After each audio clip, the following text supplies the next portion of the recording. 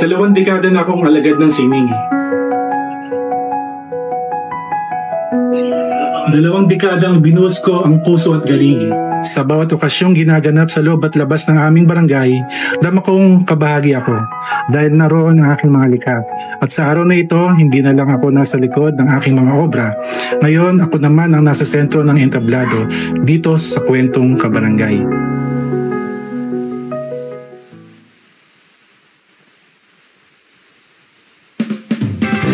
Grabe!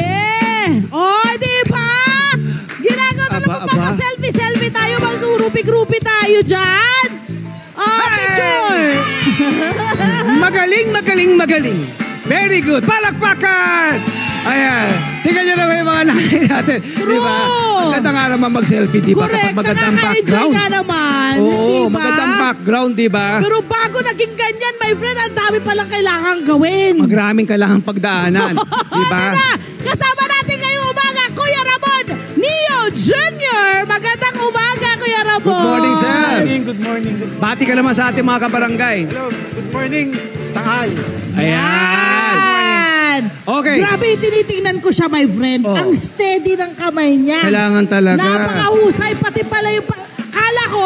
Kala ko may machine, hindi pala. Mano-mano lahat. Kamay lang yan. Mano-mano, grabe. Mano-mano talaga. Paano kayo napasok sa ganitong klase po ng karera, sir? Nagtrabaho kasi ako sa printing shop. Nagtrabaho sa printing shop. Oh. So hindi pa uso ang ang tarpaulin. Correct. Old school streamer. Correct. Sa tela lang. Doon ako na sa lettering. So, doon kayo natuto ng gusto? Yes. Wow! And gaano katagal ho kayong nagtrabaho doon, sir? Sa art, siguro 20 years na ako. Wow, ang tagal na. Pero ito po talaga ang medium nyo. Meron po ba kayo ibang pinagmulan muna? Halimbawa, canvas, wood. Hindi, sa painting wala ako. Nagsimula ako t-shirt printing muna. Yun na talaga. Pero ang course ko, drafting. Okay. So, into letterings din. Lettering talaga. So, na-enhance yung letterings. Oo. Tapos, eventually, nag-ano na ako. Kaya naman maganda ang magaling siya, di ba? Try ako mag-mural. Pwede. Akala niyo mag-mural. Yes, pero hindi ako tapos ng fine arts eh. Pero yun ang inaral niyo. Yes. Drafting kasi ang background niya. Sa drafting talaga meron talaga lettering, calligraphy, lahat. Yes. Sa fine arts kasi, kailangan may pera ka. Kailangan may pera. Yes. Tama. Tapos diniretso na nila sa pagtatrabaho na lang. Yes. Ayan. Speaking of pera, magkano ang kinikita natin? Paano ang pagkukomisyon sa iyo? Halimbawa, nagpagawa kami. Itong ginagawa natin ngayon, pakita natin. Itong ginagawa niya ngayon ay yung title ng ating programa. Halimbawa, pero gamit ang styrofoam. Magkano ang mga pakomisyon? Ballpark lang, sir. Itong 2x4, kasi ang buong styro kasi 2x4 ang size niya. So, hinahati natin. Okay, pakita natin. Ayan. Hinahati natin. 2x4. Standard yan. Standard. Usually, ang nagpapagawa is, let's say, dalawang board. Itong 2x4 is 600. Oo. 600. Okay, 600 siya. Yes, lahat na. Okay. So, pagkakilala, medyo 500. Binibigyan nyo ng Yes, discount. pero pag wala talagang budget, Pero alam okay nyo, lang. mura na yun. Huwag nyo namang tawaran. Lalo na yung mga ganitong klase na kaibigan ito.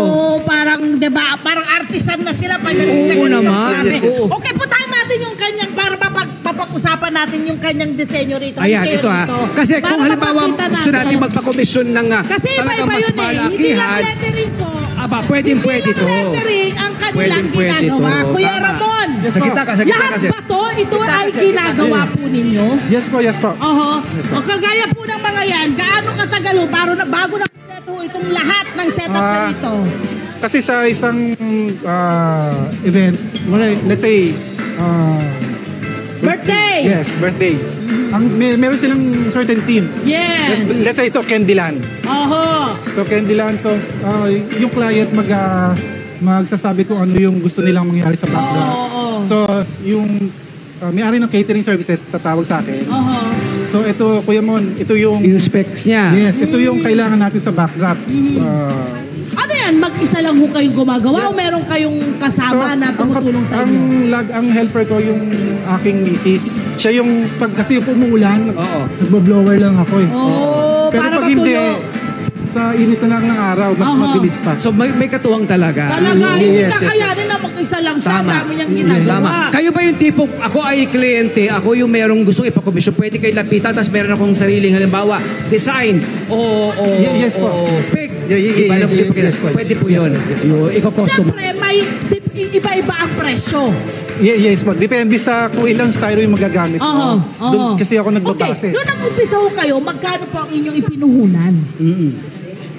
Honestly, una 2,000 lang eh. Kasi, 2,000 pesos. yes, kailangan ko lang naman more or less 200 pesos na pintura. Material. So, ang brush, 25 pesos lang.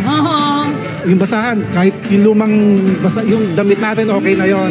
Kasi para lumaki yung kita mo. Parang yung tubo mo. siyempre umika. Kasi pag masyadong malaki yung puhunan mo, Mas mahirap ang parang bawi. natatagalan akong bawiin. Yun! Naalala mo pa ba yung unang na-commission sa'yo na trabaho? Yung pinakomisyon na trabaho sa'yo? Yes, racing team. Okay. Anong itsura ng racing isang, team na yun? Isang buhok backdrop. So, mga ganito yan. Magkano po yun? 7,000. Tandang-tanda ko yon. Ang Kasi mura. excited ako Ang nung mura magkaroon kay tatay. ng income na gano'n. First kasi yun yung first time na magkakaroon ng catering services yung kakilala ko. So, kailangan nilang... So, saan na po nakakarating itong inyong mga disenyo? Ano-anong lugar na po ang dinayo ninyo para lang maipakita itong inyong talento? Madami na po. Depende doon sa catering services na saan lugar? Luzon, Visayas, Mindanao na ba kayo? Wala pa namang Luzon lang. So, Luzon. NCR, meron na. NCR. Oh, wow! Bulacan. Totoo. Ito yung ito yung endless possibilities Yes. pagdating sa creativity, Yeah. pagdating sa design Yes. ideas, hindi ba? Kasi kung ano makita mo, pwede mo lang i-translate sa styrofoam. Paano niyo ho kayo nag-iisip ng mga pwedeng ipang disenyo? Anong ginagawa po ninyo? Research? Paano? Salamat sa technology. Meron na tayong Google. Yes! Hindi kagaya dati. Kasi nung Pahirapan. time nung wala pang social media, wala nang Google. So isipin mo na lang, let's say gagawa ka ng isang ibon. So yung idea mo ibon. Idea mo ibon. Pero yung outcome nun, pag wala kang reference talaga ng yung shading ng kulay, highlighting, So nakatulong sa inyo ang internet? Yes. Malaking tulong yun. Really Malaking nice. tulong. Anong pakiramdam mo ninyo? I'm sure yung mga bata, actually, kahit mga matatanda kanina dito, nag-e-enjoy sa Yes. inyong disenyo. Thank you. Anong Salamat. pakiramdam pag na-appreciate po nila? Honestly, nung nilapitan nyo kanina, tapos namin ni Kuya Tony Pet dito, may teary eyes kasi ako doon. Kasi sa tagal-tagal ko nang naging artist, 30 years na talaga ako eh. Sabi ko sa inyo kanina, nung gusto kong mag-fine arts, hindi kaya ng family ko kasi masyadong mahal. So drafting 2 years lang yon. Pero nung pagka-graduate ko na yon, sa sarili ko, gagalingan ko kahit wala kaming pera. Gagalingan ko kahit self-study lang. At pwede kang kumita sa siling mong ito, di ba? Kumbaga ikaw ang magde-decide, hindi ang kursong kinuha mo or hindi mo nakuha. Yes, salamat sa Panginoon dahil may mga taong nagtitiwala sa akin. Yes! Katiwa-tiwala ka naman! Salamat. Napakaganda na yung gawa! Ano ngayon, bago tayo magtapos, bago pinagkakabalahan mo, anong mga bagong komisyon? So ganito pa rin, nag-aabang ako ng kasi usually ang catering services is Friday, Saturday, Sunday yung mga event. So hinihintay ko na lang yung Friday, Saturday, Sunday. So kapag merong event, Tuesday pa lang, binibigay na sa akin yung mga list ng gagawin ko up to Sunday. So punong-puno ba ang inyong schedule ngayon? Meron kaming schedule. Saan kayo maaari mag-contact, sir? Facebook, etong Arteno. Tulungan naman natin ating kabarangay, ha? Yes! Suportahan natin, takilikin natin. Salamat. Lagi nating tulungan ang ating Lagi. mga kabarangay. Love Tony Pet.